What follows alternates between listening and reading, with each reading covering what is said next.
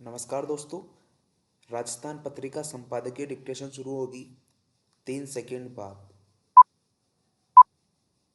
जलवायु परिवर्तन के खतरों से निपटने के लिए दुनिया भर में किए जा रहे उपाय सतही ही साबित हो रहे हैं। ऐसा लगता है कि आसन्न खतरे को सामने देखकर भी बचाव के उपाय उस गति से नहीं किए जा रहे हैं जिस गति से होने चाहिए। नतीजतन ग्लोबल वार्मिंग के खतरे नित नए रूप में सामने आ रहे हैं।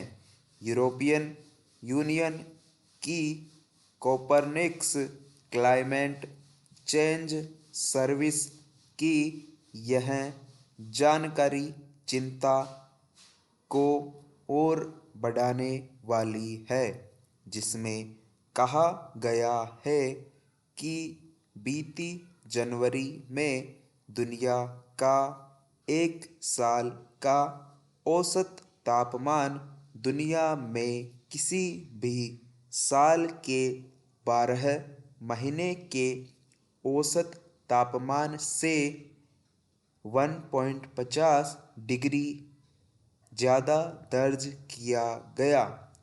एक तरह से मानव इतिहास में यह सबसे अधिक सालाना औसत तापमान दर्ज किया गया है। ऐसा नहीं है कि बढ़ते तापमान को लेकर पहले किसी ने नहीं चेताया हो। पेरा ग्लोबल वार्मिंग के कारण किसी से छिपे नहीं है। पिछले सालों में मौसम तंत्र भी प्रभावित हुआ है। गर्मी और आर्द्रता के स्वरूप में भी बहुत तेजी से बदलाव होता दिख रहा है। तमाम वैज्ञानिक शोध इस बात को लेकर चेताते रहे हैं कि यदि समय रहते हमने कोई एक्शन नहीं लिया तो आने वाली पीढ़ी को इन खतरों के दुष्परिणाम भुगतने के लिए तैयार रहना होगा। कहा तो यह भी जा रहा है कि फरवरी का वैश्विक औसत तापमान भी नए रिकॉर्ड कायम कर सकता है। पिछले साल ही संयुक्त राष्ट्र के पर्यावरण कार्यक्रम की एक रिपोर्ट में कहा गया कि दुनिया के देशों को ग्लोबल वार्मिंग में 1% कमी लाना है तो उन्हें गैस उत्सर्जन में 28% कमी करनी होगी। जाहिर है दुनिया के तमाम देश गैसों के उत्सर्जन को कम करने वाली योजनाओं को 100% भी लागू कर दे तो भी फर्क पड़ना मुश्किल है। जलवायु परिवर्तन के बड़े कारकों में एक वायुमंडल में कार्बन डाइऑक्साइड का बढ़ता स्तर है। ऐसे में दुनिया को स्वच्छ ऊर्जा की तरफ ध्यान देना चाहिए।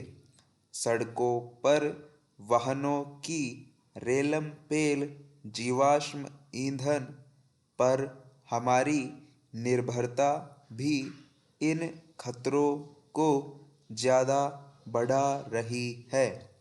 2015 में पेरिस में पृथ्वी के तापमान में वृद्धि 2 डिग्री सेल्सियस से नीचे रखने और इसे 1.5 डिग्री सेल्सियस तक सीमित करने का लक्ष्य रखा गया था, जो कि सबसे गंभीर परिणामों को रोकने के लिए आवश्यक है।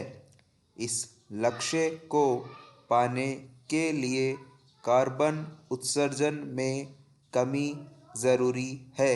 इसके लिए सभी देशों को मिलकर काम करना होगा।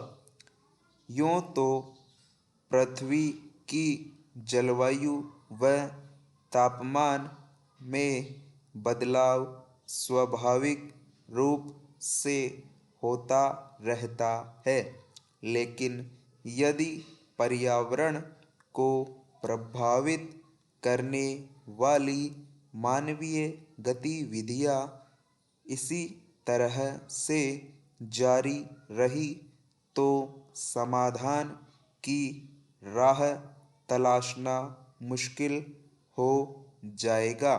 ऐसे में वातावरण में कार्बन के उत्सर्जन को बढ़ाने वाली गतिविधियाँ कम करनी ही होगी, ताकि हमारी पीढ़ियाँ सुरक्षित रहे। धन्यवाद।